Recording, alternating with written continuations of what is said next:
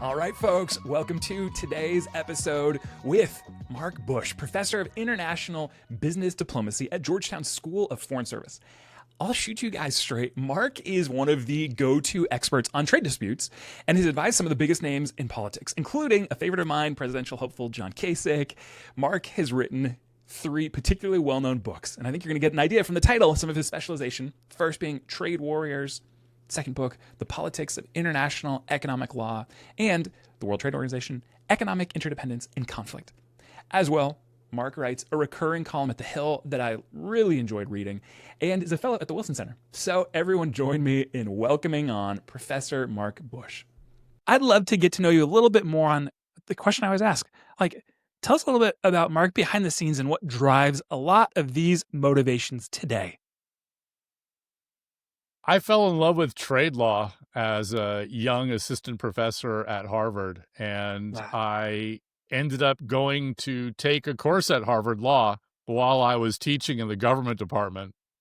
And I remember one night I came home late and my wife looks at me and I've got all my case books under my arm. And she says, either you love what you're doing or you're having an affair. And I asked her, of the two, which do you want to hear come out of my mouth? In as much as you seem puzzled by my level of exuberance, and we settled on it was the trade law. Yeah. And it's this confluence of politics, economics, and law that just makes it so riveting. It's the depth, the counterintuitive nature of the challenges. And as we're all seeing today, and as all your listeners, I'm sure, are fully aware of, there's always something more subtle and more complex about the top level story. And that really is what I learned to kind of get cranked up about as a graduate student in particular. I had that epiphany, maybe you did too in college, where there were a couple of people and I listened to them as professors and I think, how do you know that? Where are you getting this from? I mean, I read the same thing and I didn't see that. Where did you get that from?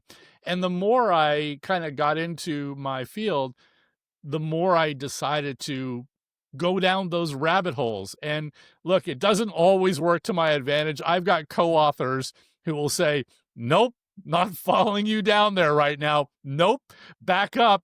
But Quinn, I got to tell you, 34,000-foot views bore me silly. Yeah. Wow. And I love depth over breadth.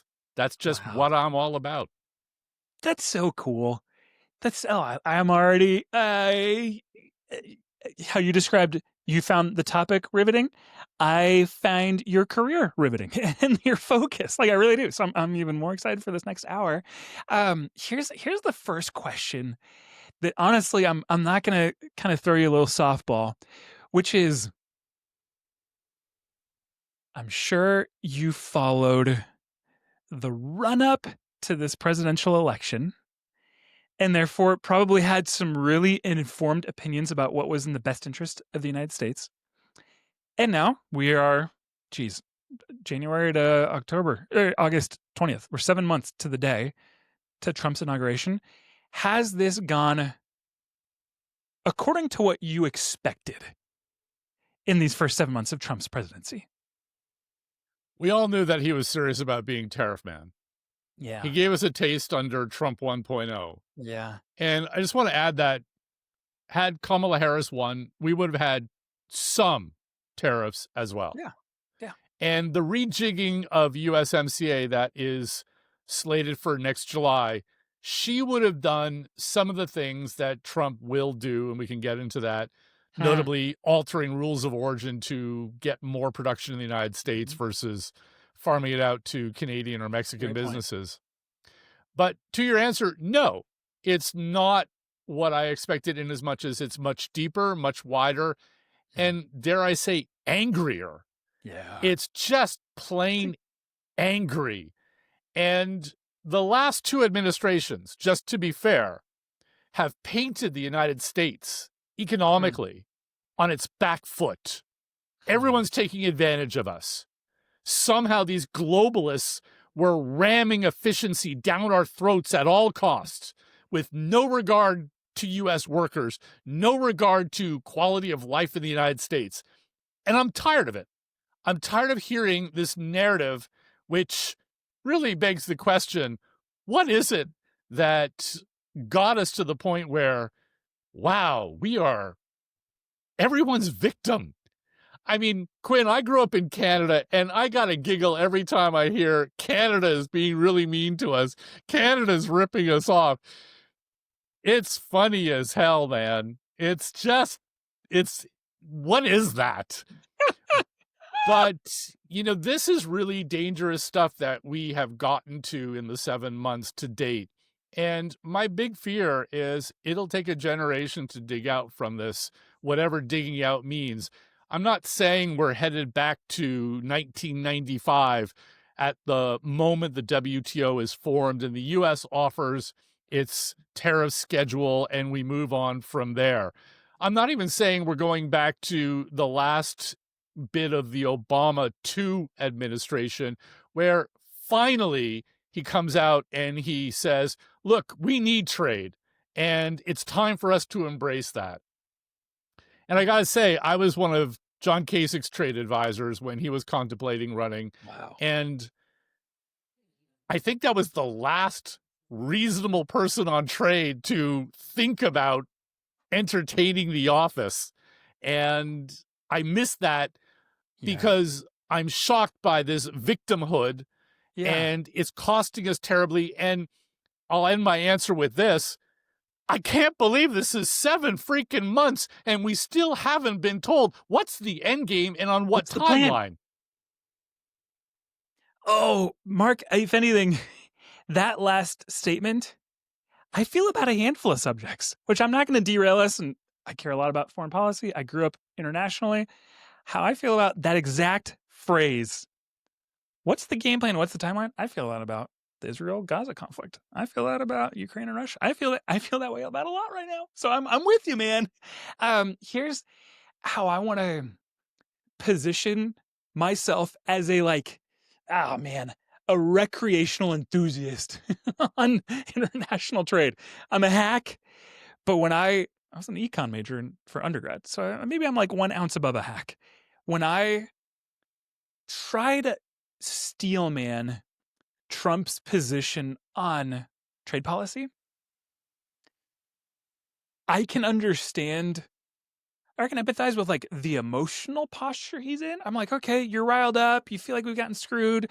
I've heard a dozen times, like he started writing about trade policy in the 80s, where he paid for whatever that, like, call it New York Times front page piece. I'm like, we're getting screwed. So it's been in his, man, however his brain works, been there for 40 years. But then when I try to read all of the key sources, I'm just going to rattle off data points. And now you tell me, I'm like, Quinn, am I going in the right direction? How Trump is thinking about tariffs. Let me find all my notes. Wharton and Harvard Business Review expect long-term GDP to drop by 6% and just 2025 to potentially drop by 1 to 1.4%. Inflation. Man, like, I'm in the market for a new car. Everything that I'm reading is that a medium to nice car, extra 10K or more, like a really high-end car, we're talking extra 45K at the exact point when inflation is the thing that we should be worried about. Job losses. Like I remember reading in his first term, it's like, hey, we made, I need to look this up. Call it like, you wouldn't have this memorized, $30 billion in tariff revenue, but we had to offset all of that to farm subsidies. And then you just keep going on, like the average middle-class family, their annual costs are going to go up by $1,300 to $1,500. We're going to be triggering all this retaliation, which I have a lot of quotes from your writing where I think you put it so thoughtfully. And then on top of that, like at the end of the day, the thing that really keeps me up at night is our deficit. And at an emotional level, I can understand tariffs mean new revenue, which means helping the deficit. But it's a drop in the bucket, especially if GDP drops. So once again, call me like your Econ 101 student. Am I missing something? Am I the idiot in the classroom who's like, it's all going over my head? Or how should I be thinking about it? You've got it right. Depressingly so. Brutal.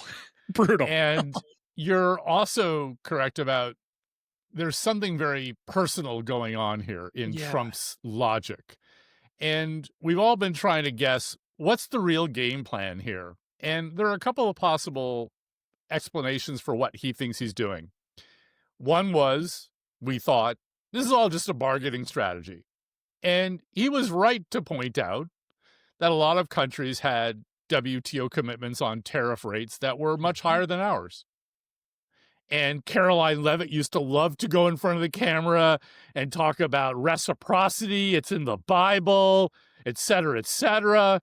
And then we get the Liberation Day calculations. Yeah. There's no correlation. No reciprocity? Oh. There's nothing reciprocity-wise to speak of in the calculations. The calculations are hocus pocus, and so give up on that one. Then you've got what we thought couldn't possibly be true, which was there's going to be so much tariff revenue that we can get rid of income taxes. Yeah, correct. Or seriously buy down the debt. Now, just for fun during the campaign, I did a Google Trends search. And I just was curious, at what points along a 90-day period heading into November were Americans searching on the word tariffs? And it turns out there's only 2 dates. And let me just tell you this story before I give you the takeaway. Yeah. The first was the day that the Council of Economic Advisors and every think tank in D.C. released studies saying he could never replace income taxes with tariff revenue. It is not remotely possible. Now, at the time, we were looking at $2 trillion in income taxes and $80 billion in tariff revenue. And while Besant likes to point out that the tariff revenue is going up, we're not getting $2 trillion because the effective rate to pull in large numbers is going to be deterring of trade to begin with. So this is really the dynamic effects of tariffs that have to be coddled along the way to get this number right. And Trump had no clue. Second date was the morning after Harris and Trump debate.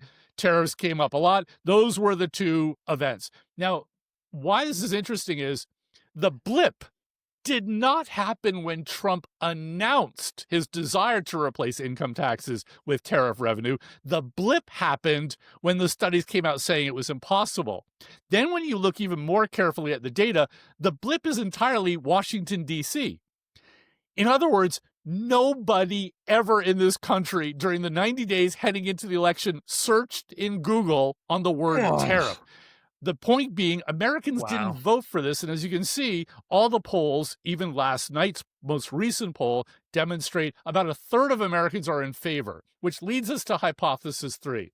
This is all about reshoring. This is about what we like to call tariff skipping foreign direct investment. Raise the tariffs really high and tell foreign companies, invest in the United States and you don't pay the tariff. He seems to have learned this logic from a story he recounted time and again in his first administration, and it's the story of Harley Davidson in India. Now, much of the story is true. There's a lot of hiccups, but the story goes like this.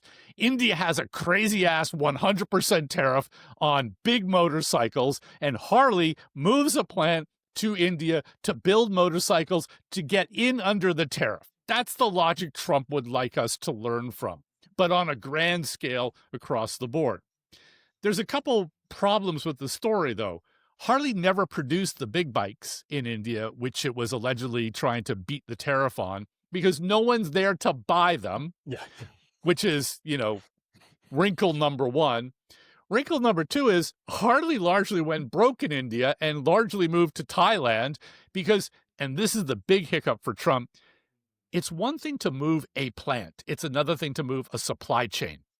Harley couldn't move its supply chain. It got cut off from its supply chain. It goes to Thailand, which is now the 6th largest motorcycle manufacturing country on earth, because Thailand has free trade deals with China, with the EU, and it has perfect access to its entire supply chain. So the irony, which I've tried to point out before, is that while he loves this idea of tariff skipping FDI, it lost in the case of Harley to export platform FDI. And that really is what those of us who remember the old days when we were considering a free trade deal with Asia and a free trade deal with Europe we're hoping for. It's not in the cards today, but I'm not willing to say that this or anything close to it is the new normal either. Golly. It's I think it just continues to validate for me that so much of the decision-making process is dogmatic, not analytical, not like data-driven in the slightest. I run a business. So much of my time is spent pivoting energy from like interpersonal politics to data-driven decisions. It's like, hey, did we run the study? Did we do the market research stuff? Like, what did the interview say? What did the survey say? Let's look at the data. And it just feels like a startup that is all built around personality and dogma. And then here's the one that really, of the countless data points, one of the ones I found most discouraging, there's a lot, but I want to hear how this resonates with you, is this Wharton study that pointed out so many of the different policies in Trump's big, beautiful bill that just got passed. And of the numerous things that I found like flagrant about it and not in America's best interest, one of the ones that feels dogmatic to me is in the 2017 Trump tax cuts. If I'm remembering this correctly, the income tax rate was lowered for a finite period, but it was the corporate tax rate that had this like into perpetuity.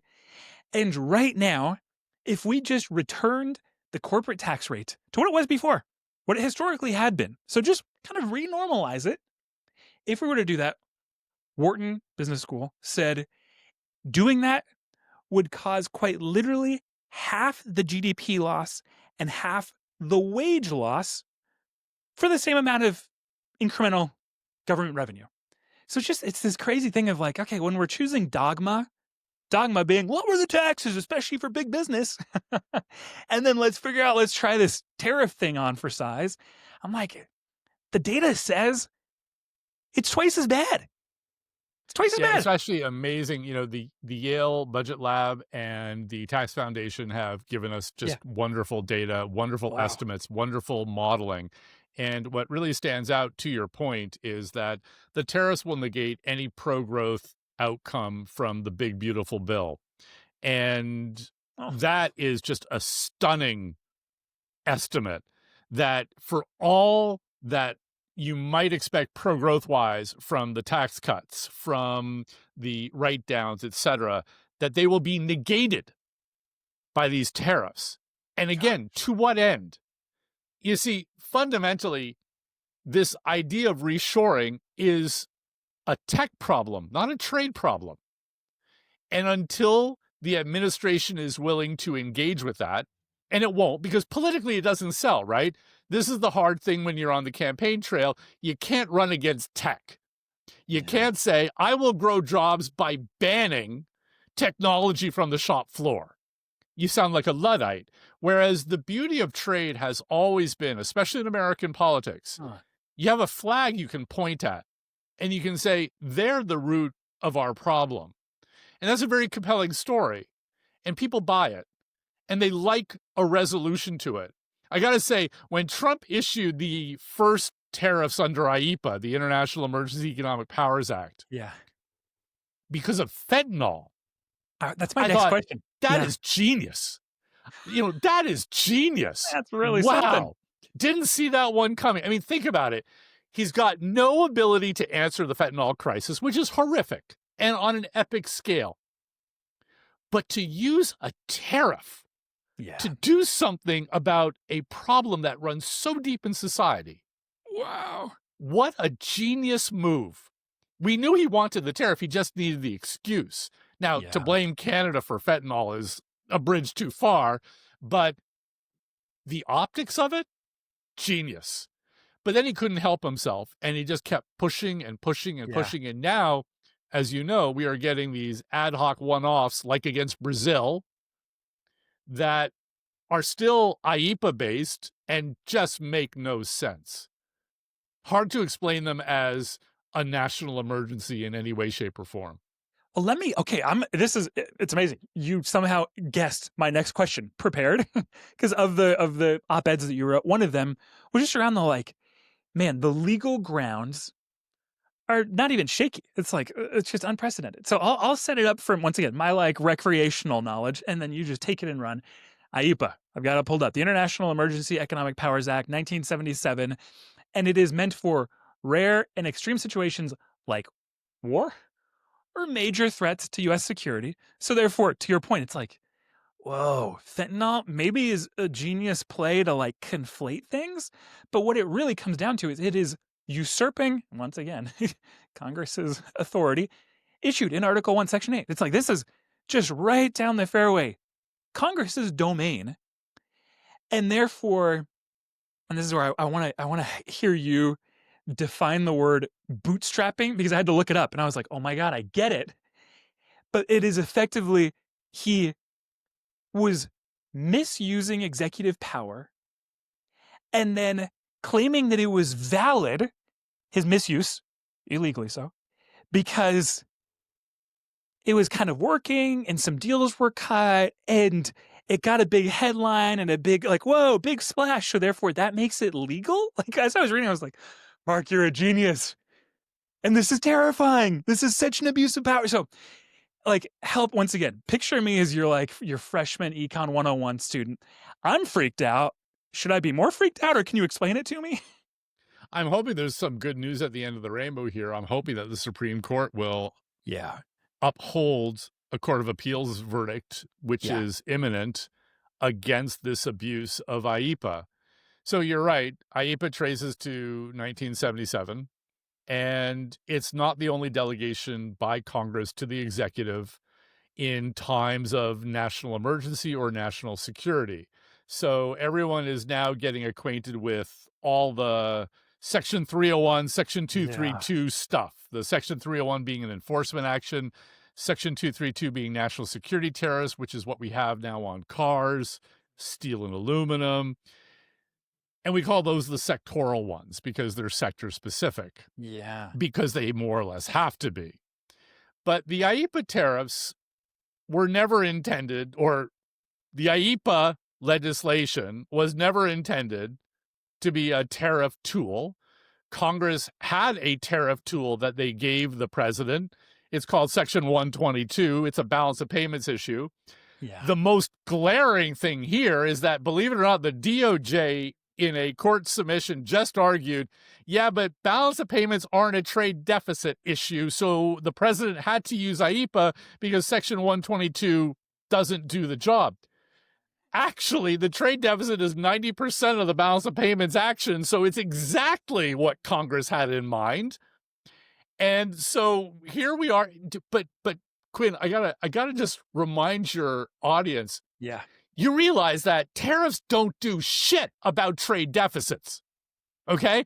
So first off, pursuing a remedy as a tariff to a trade deficit problem misses the entire point. Trade deficits are about investment and savings. They're not about tariffs.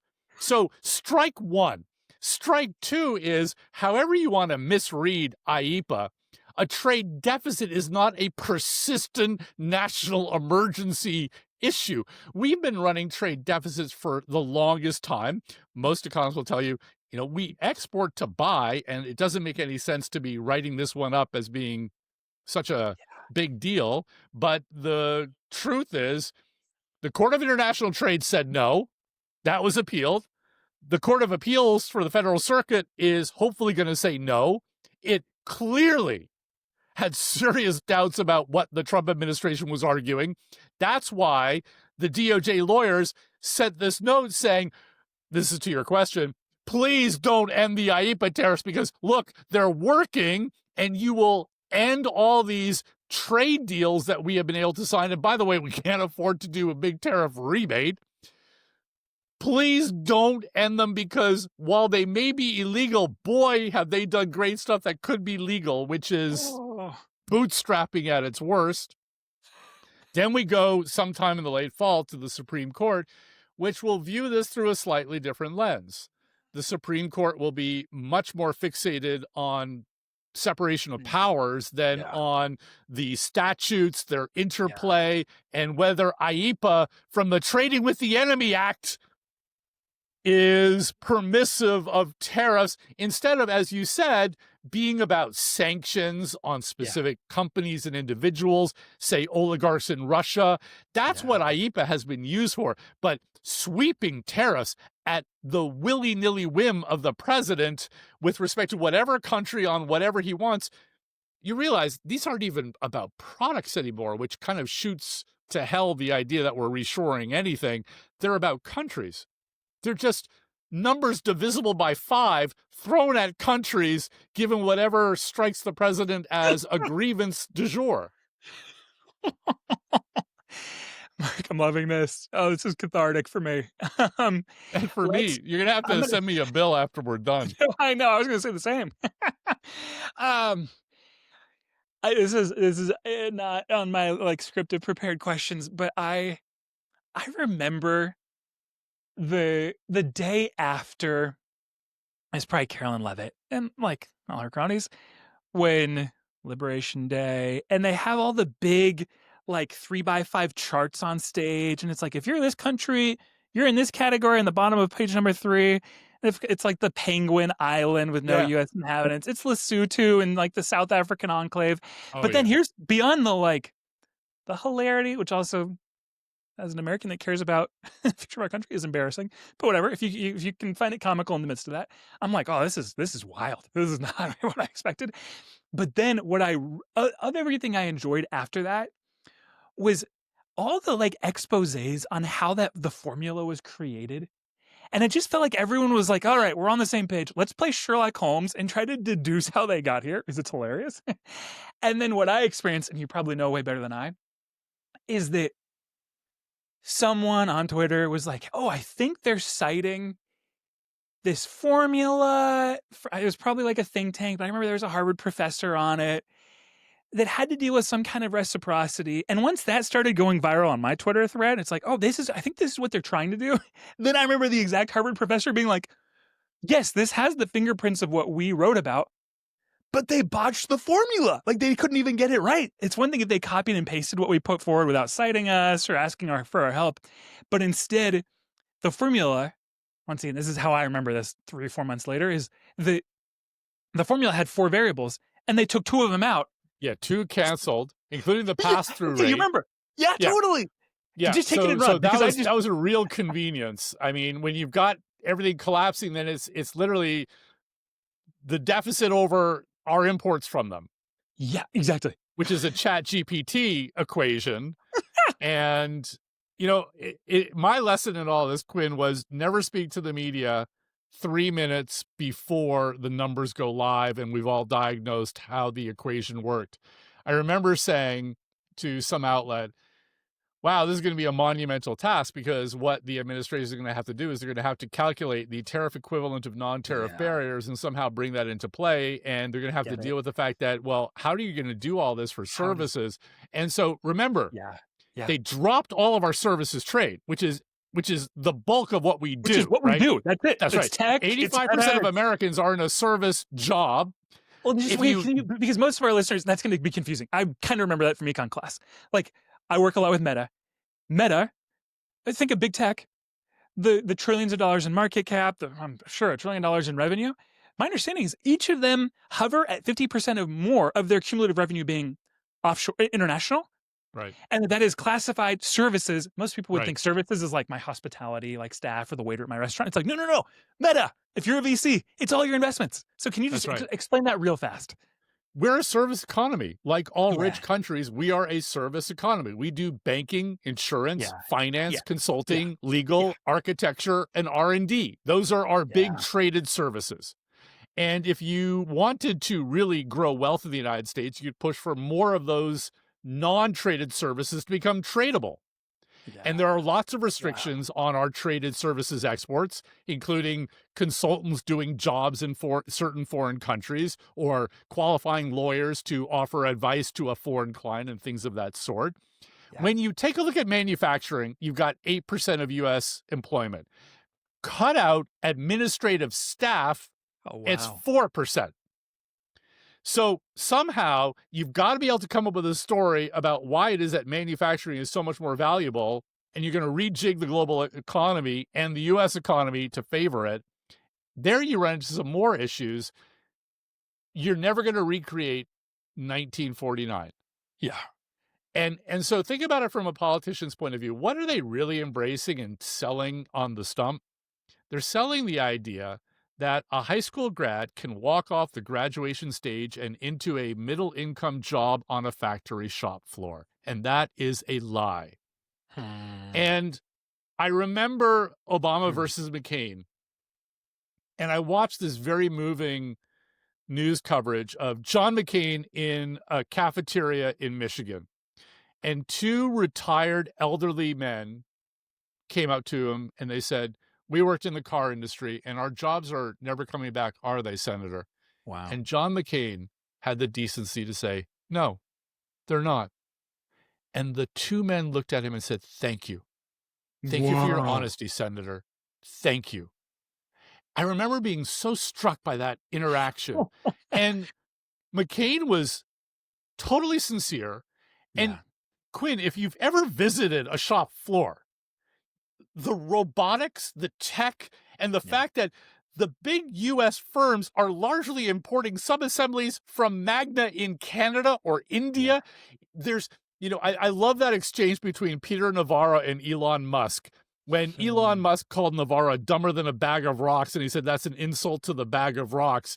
And Navarro comes back and says, "Well, Tesla doesn't really build, they just assemble." That's the whole industry. That's all they that we all do. just assemble. The complexity of the supply chains is such, but the story that they conjure up on the campaign trail is just make-believe, not because of trade, Quinn, but because of technology. Yeah. And that is the point that has to be emphasized. And you got a sense for that during Ambassador Jameson Greer's confirmation hearings. He knows better. And it's rumored that on his way out of one of the meetings, someone asked him the question, "Is this really going to work?" And the line, and I don't know if this is true, I wasn't there, but the story I heard is the line was, "We got to find something for people to do. Not everyone's going to be AI. Not everyone's an engineer." And that's the hardest thing to come to grips with. We are imposing, under the Trump administration, the biggest regressive tax in modern American history. He's going to hurt, disproportionately so, poorer families. For what? We're not getting that mythology. We're not getting 1949 again. And when you take a look at manufacturing in 2025, it's never been more productive. And it's never been more dependent on the import of inputs from countries that Trump has just hit with big tariffs, which is going to further retard manufacturing in this country. None of this is lining up. And the only thing that really keeps everyone kind of a little unbalanced is there's just so much to criticize. Yeah. And that one line that everyone in the administration likes to offer is, "Oh, the globalists want this, the globalists want that." If I hear one more time that the last 30 years were about efficiency over everything else, I'm really going to lose it. I'm so sick of that line. I'm so sick of that line. And yet the Biden administration gave it to us, and now Trump 2.0 is giving it to us. Wow. Nobody had unfettered free trade ever.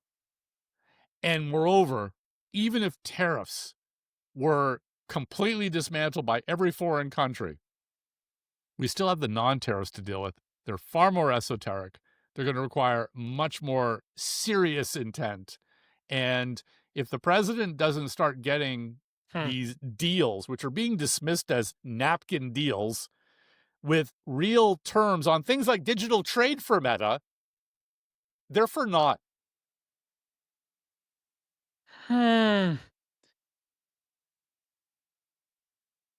I'm inspired by how you're putting it and utterly terrified about the consequences.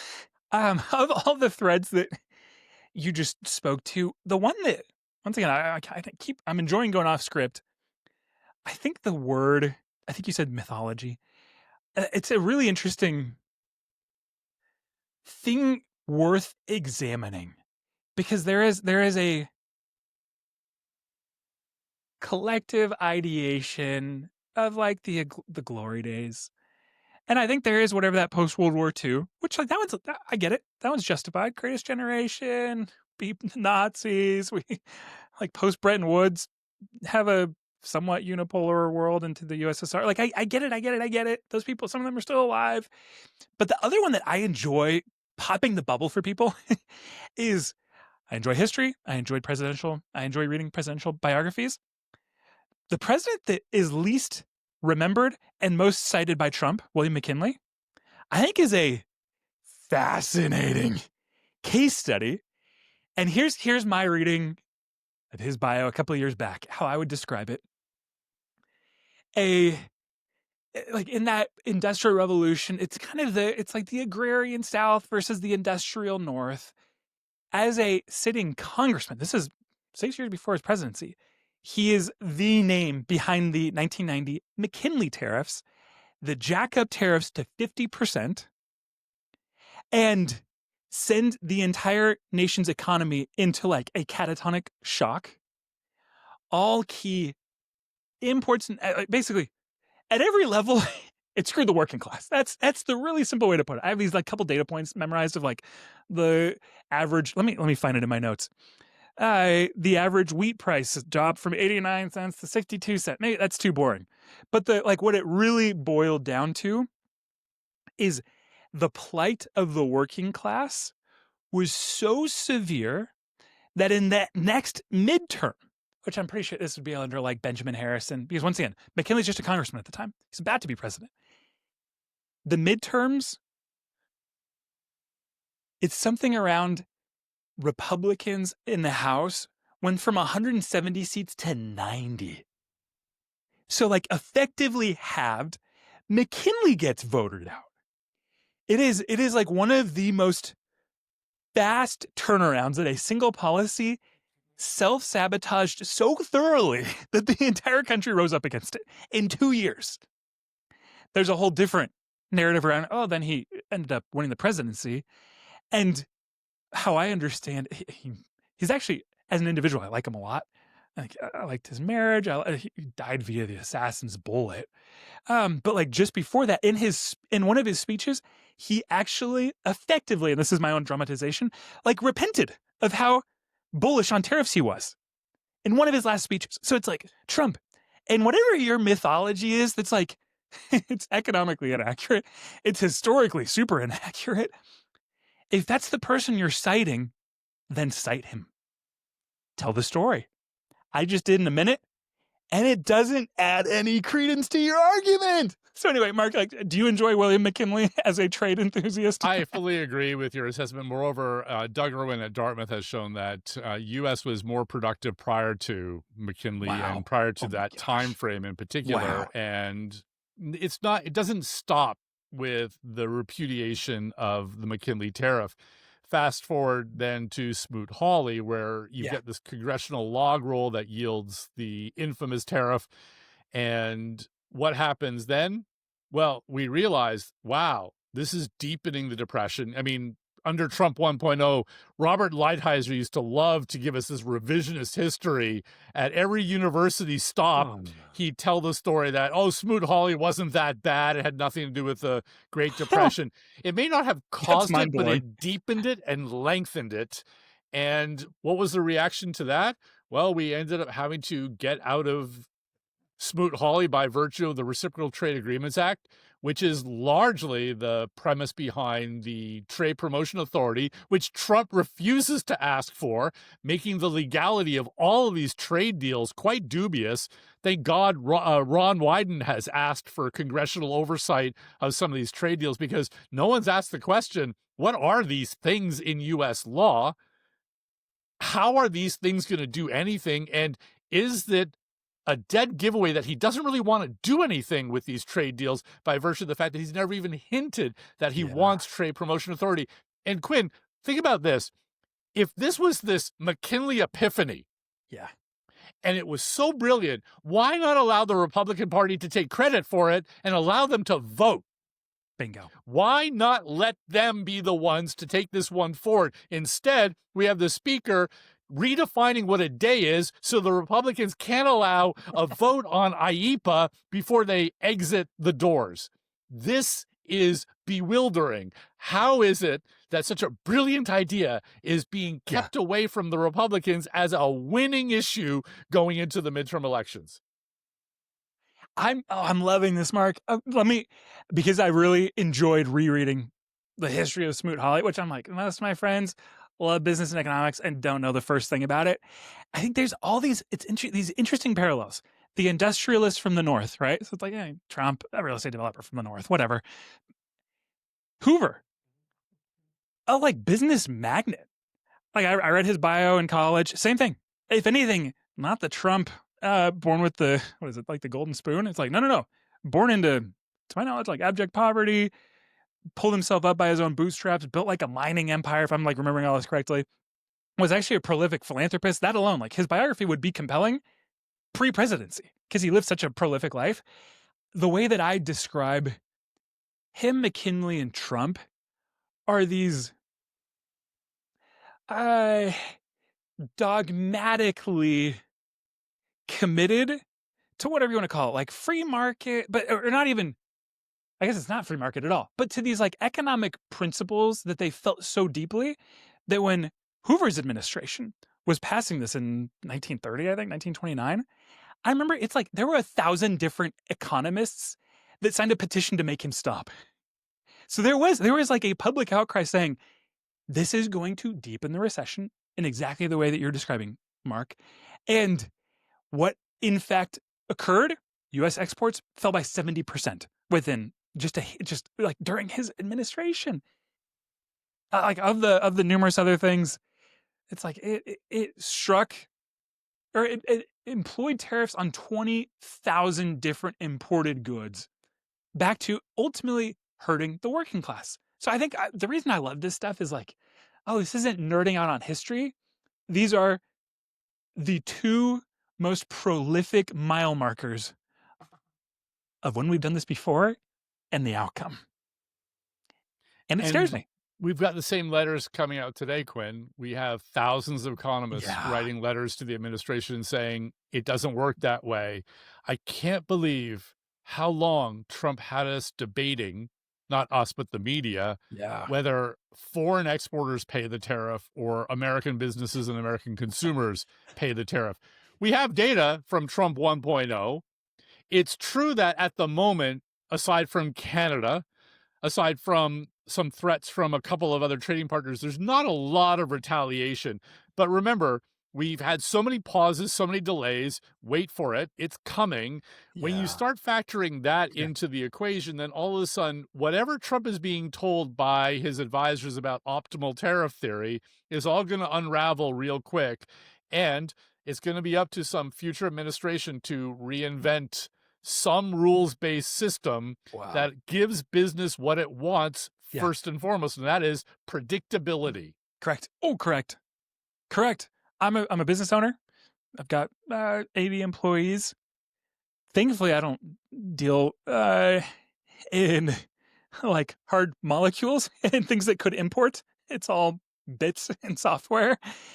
But even then, the core building blocks of like, man, do I need to fundraise yesterday to shore up my cash balance for when these tariffs actually affect the common working man? And there, I am appropriately expecting a market correction, which then impacts my ability to fundraise, to sell. Like I'm confused, and I don't even have to deal with the tangible impact of my supply chain like so many other friends that are entrepreneurs. It's crazy making. It's totally stressful. And what the market is making of it, I just love these wild swings. Yeah. You get word that maybe the pause with China will be extended, markets rally. Then you get some hint that maybe there's a disagreement between the U.S. and Japan about what's actually in the deal. Then you start getting it going a little sour. Wow. This is the ad hocery that we are going to live through for a while, and maybe for the remainder of this term. And dare I say, Quinn, maybe for a very long time. Yeah. Because the truth is, genie's out of the bottle. the Democrats will have discovered that tariff revenue didn't see that one at that level. Maybe there's some there, and maybe we should be thinking about running this strategy for a while ourselves. It's really problematic, and it's really only going to be course corrected when bond yields start going real bad, or when we start seeing foreign retaliation. Remember, it's really only Canada right now that has 3 waves of retaliatory strikes. Very modest, relatively speaking, still being held at about 25%, all 3 waves. Wait for an India. Wait for Brazil. Because, like Mexico, those countries are doing something a little more scary than Canada, at least at present. They're saying, we'll quickly get beyond good for good. We're going after American intellectual property. Watch the shit hit the fan with that one.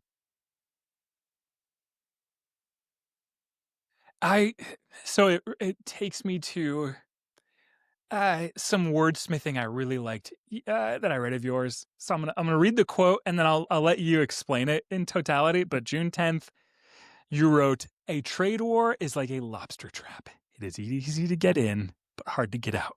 Brussels is trying to warn Trump not to go back in." I'll set it up just an ounce more, which is like you connected that after explaining some of these crazy, at the time, this was 2 months ago, like reciprocal negotiation back and forth on, what would it be, like U.S. lobster versus British steel. So you were actually citing like a very real, tangible negotiation. But I think that concept, and funny enough, I like the ocean. I spearfish for fun. I catch lobsters. So I quite literally can picture the exact lobster trap. And it is indeed one of these, it's a one-way road. You don't see many getting out. Something about that image hit for me of like, oh my gosh, Trump it's easy to tear something down. It's easy to burn the house down. It's hard to rebuild. And that's what takes a deft hand, which is not a word I would use for Trump in any circumstances. How hard is it going to be to get out of the trap? I've been writing on the lobster tariff war since Trump 1.0. Oh my gosh. And what struck me back in his first administration was, I don't think he saw it coming. I don't think he realized he was in a tariff war over lobsters until suddenly the Seafood Caucus in Congress told him to stop. And then what you end up with, and this is really why I love the lobster retaliation, it reminds us with a very concrete example how bad things can go really quickly and how difficult it is to understand all the moving parts. So it was a US-EU fight. But the problem was Canada has a free trade deal with the EU, so its lobsters, which are the same lobsters as from Maine, are going in at 0 tariff. Oh my God. Trump hits the EU with steel and aluminum. The EU retaliates, stacks a retaliatory tariff on top of the MFN rate. Suddenly, U.S. lobsters are completely uncompetitive inbound into the EU. Then you've got all this tension with China because Trump hits China with Section 301 tariffs. The Chinese then lower their MFN rate on every country in the WTO on lobsters, which is code for Australia and Canada. Yeah, exactly. It's one or two players. But do you see, no one knew who was fighting whom. And that's a trade war. So what I've looked for in the past number of years is how many tariff lines on lobsters, meaning fresh, frozen, processed, etc., is Europe threatening to hit the U.S. with? And I call it my lobster index of EU retaliatory intent. I love this. So recently, we went from 14 to 11 tariff codes on their retaliation list. And that's a really big deal. That number, by the way, is more than twice what Europe painted in Trump 1.0, even with the Boeing Airbus retaliation authorized by the WTO looming in the background. So this time around, the EU is even going after processed lobster. Well, what that means then is if I'm a lobster fisherman in Maine, I'm thinking, I'm leaving. I'm moving to Canada. 100%. Because no one knows which side of the border my lobster was caught on. I'll incorporate in Canada, free health care, bring it on, and I'm starting to ship those lobsters to the EU and to China at seriously discounted tariffs. Now, Trump tried to correct this under Trump 1.0. He goes to the Europeans and he says, give me a tariff deal. And Europe says, no, that would be WTO illegal. And he says, I don't really give a damn. And we go back and forth, which is the most interesting part about any time the EU makes a concession or retaliates. They're very sensitive to their WTO obligations. So while the U.S. has completely gone rogue with respect to all of its trade obligations under deals minus USMCA, and that's just for the time being, Europe is very sensitive to adhere to most favored nation treatment. They're loath to give sweetheart deals to any given country other than those with whom they have free trade deals, including Canada, which brings us back to lobsters. The biggest differential is it's 0 for Canada, and under the best of circumstances for the U.S., it's 8. But 8 plus 25 isn't a lot of a tariff tab, and the 25 was the retaliation for steel and aluminum. Gosh. So my point was, Quinn, I just wanted to show people with a real example of something that they have a feel for, that lobster sitting on your plate in a restaurant. I wanted them to just get a feel for how complicated these trade wars really are, because Trump likes to make them seem like I got more leverage and it's done. You're talking about so many interrelated inputs and outputs, and we're even now trying to think through how many of Trump's tariffs are getting stacked, right? When you start calculating what is the effective rate on China, you're stacking tariffs. When you try and think about what just happened to Canada, you're stacking tariffs. So all of this is being obfuscated, and that's clearly on purpose because he's got us all debating numbers that aren't necessarily true. And 2 points that your 2 points that your listeners should be aware of. One, this transshipment issue is going to blow some of these tariff numbers out of the water. Yeah. I almost F-bombed there and I held back, Quinn.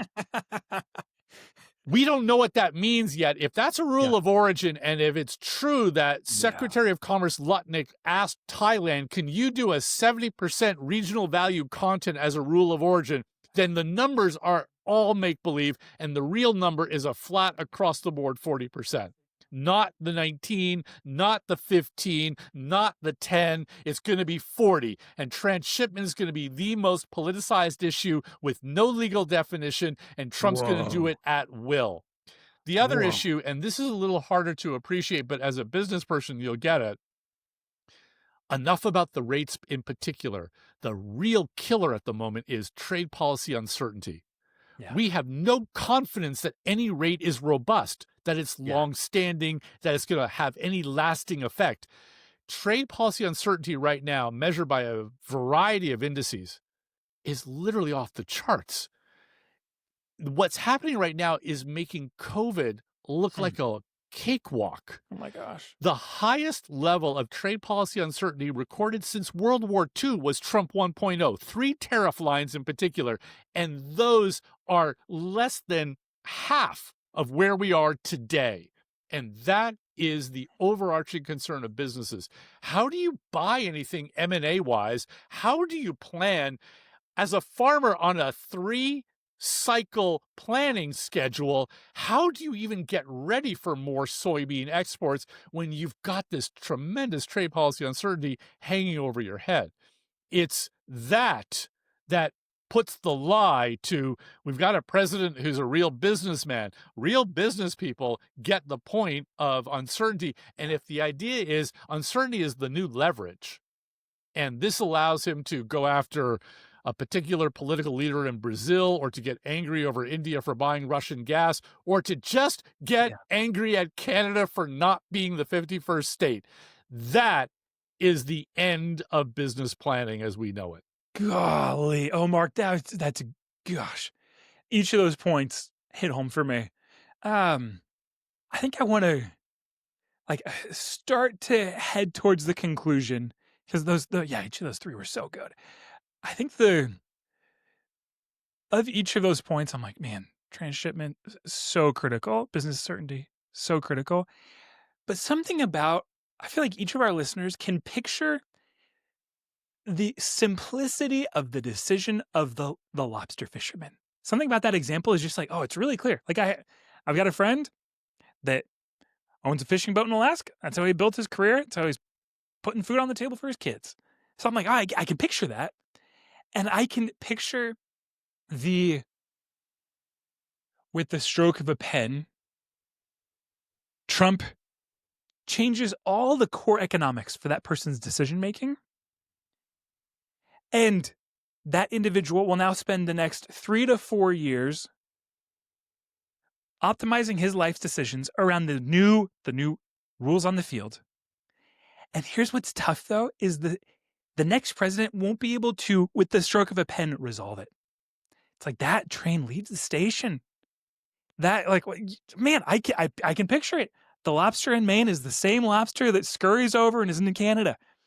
But the lobster fishermen incorporating in Canada, kids entering the local school system, starting to enjoy the free healthcare, that train leaves the station. And you don't just turn on with the flip of a button an entire industry.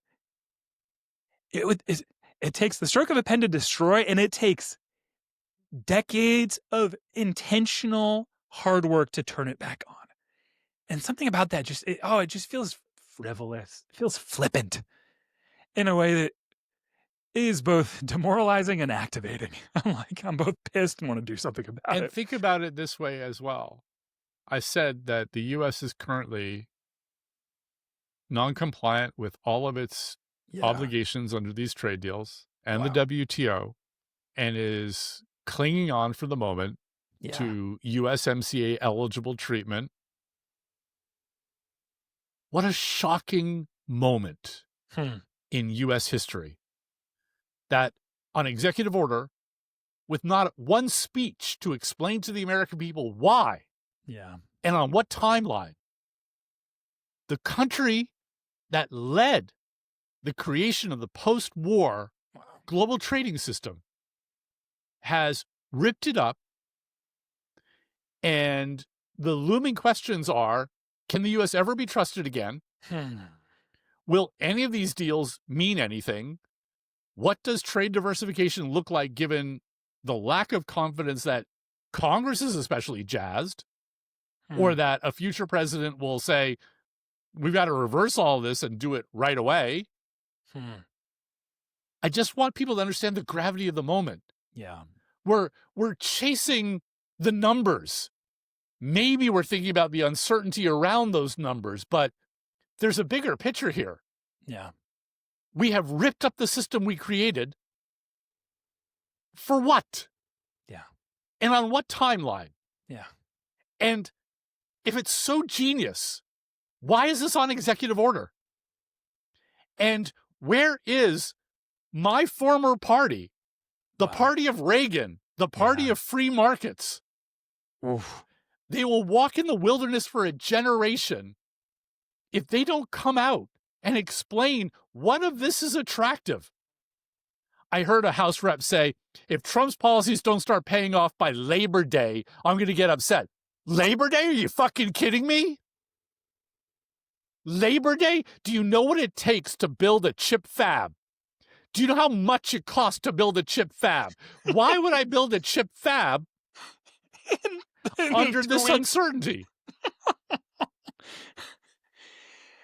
Oh, Mark, I'm laughing because I'm not sure what else to do in this moment, but I do know what it takes to build a chip fab. Like, I've worked in AI for 8 years. Once again, it's just, I keep landing on, like, it takes a deft hand with a generational vision and tactical strategy with the right incentives and partnerships. It is grueling work. That, like, even the CHIPS Act, I'm like, if anything, that was our best stab. And what's the primary review? how slow it moved. The time to get one of these fabs online, the time to train Americans. I'm like, how many Taiwanese did we have to bring in just to do the most baseline work? I'm like, these are generational investments.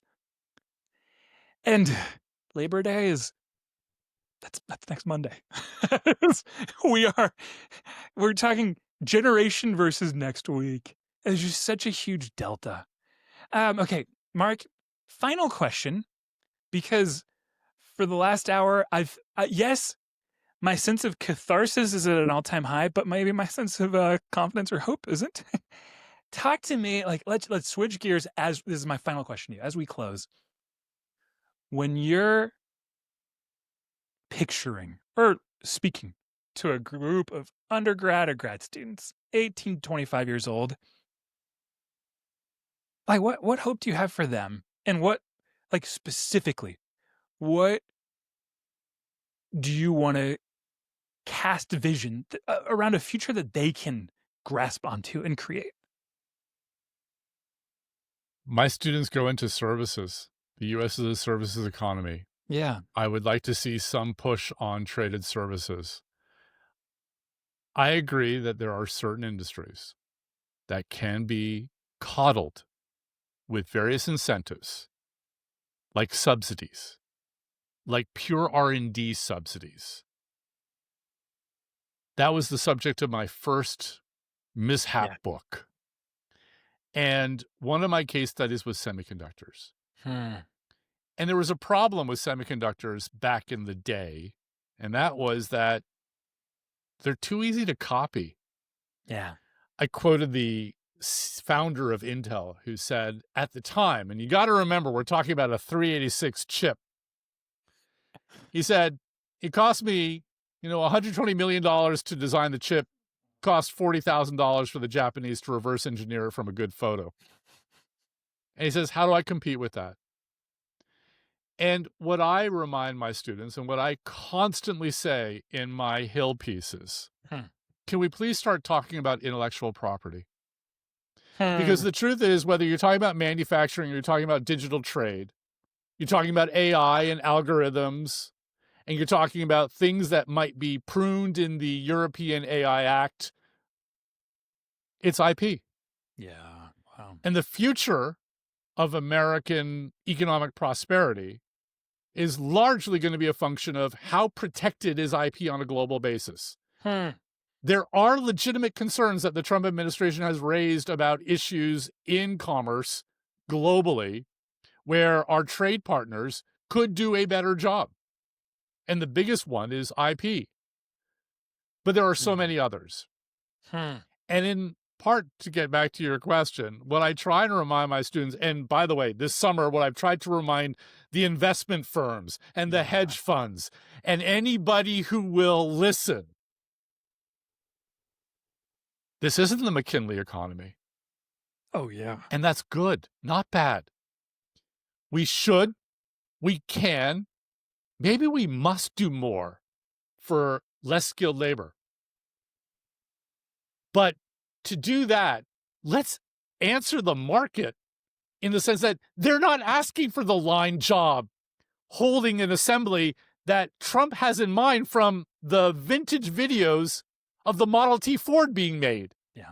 You know what we should be doing? We should be putting internet cafes into every community, making sure that the speed of the hookup is sufficient so that they can do mode 1 services from the U.S. to whatever country and make money online with no infrastructural investment and getting out what used to be one of the hottest commodities until this Trump trade war, and that is the brand America.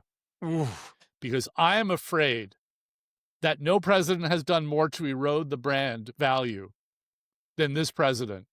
And when you watch Canadians clamoring to ban American alcohol from Ontario liquor stores, and when you watch countries around the world turn a blind eye to American products, not because they're not excellent, but because of the stigma, that is going to take years to unwind. And that is really the unintended cost that goes so much deeper than merely rattling off, is it a 10% universal? No. Is it 15% universal? I just feel like we've been suckered with these numbers on social justice or whatever his thing is, and we've missed the bigger picture. This is an un-American moment in my view. And I'm going to say it, plain up and simple. This is not America. This is not the beacon in the night, the shining city on the hill. Yeah. This is the opposite. And we're not more prosperous because of it. We're going to be less so. And it's time for CEOs to speak up and stop having their heads in the sand. It's time for us to resist firing of statistics people because they're not generating the right number. We're not that country. And this is not America. And that should be a bipartisan view. As a Reagan Republican, I am saying this is not America. This is not what this country is about. And it's not just on trade. I don't want to hype up trade beyond what it's worth being hyped up as, because very few people vote on trade. But I admire a government that delivers opportunities instead of eliminating them. I admire a government that embraces what should be the future rather than trying to reinvent a past that never unfolded as the narrative would have it. Mark, amen. I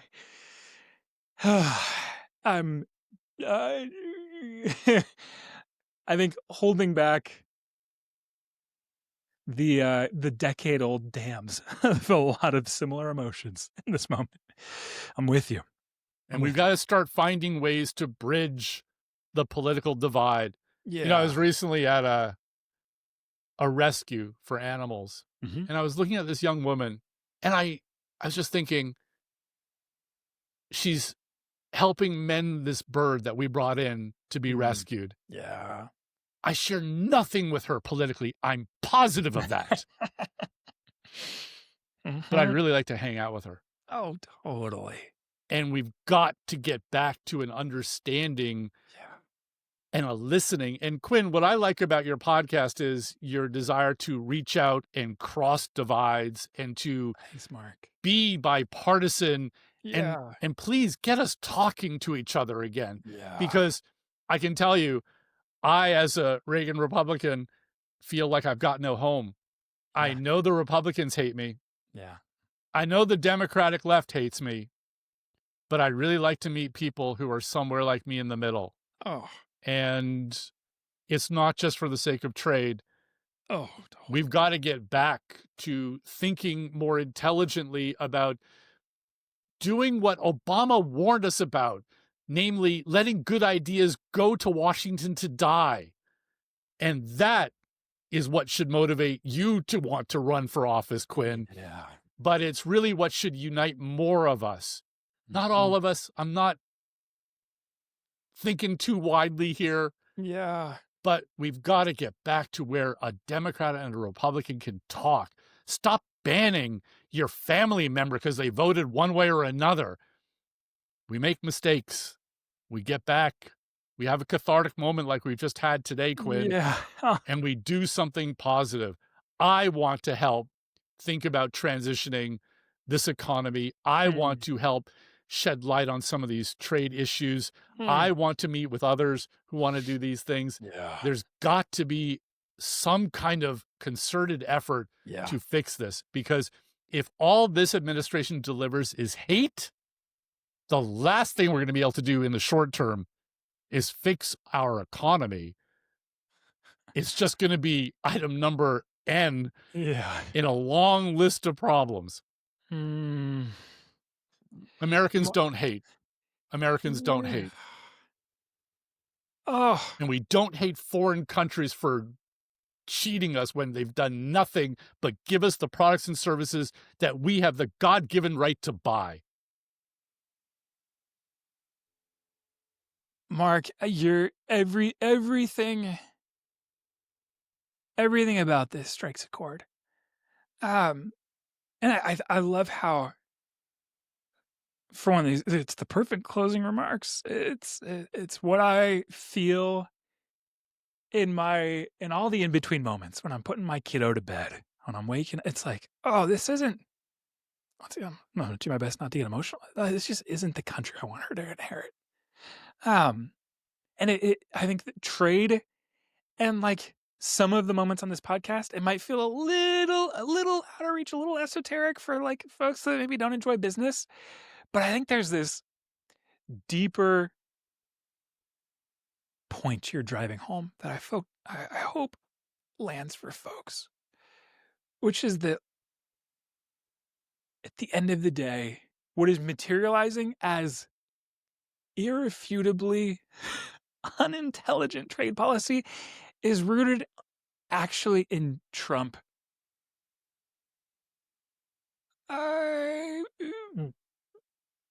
just building a movement on fear of the other, fear of the immigrant in our country, fear of the country across the way.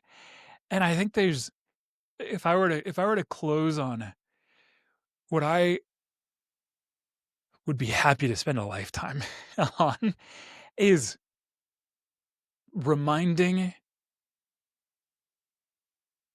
each of my peers that actually the path to both achieving the American dream and helping the person next to you, giving them a hand up so they can achieve it, it's all, what's the like Lincoln line? It's the like listening or hearkening back to our better angels. It's reminding us not of our trade policy, but our values as a country that go back 250 years or more. And that those are simply personified as trade policy in a way that's incredibly material and quantitative, but it's a values discussion. And I love it's cosmopolitanism.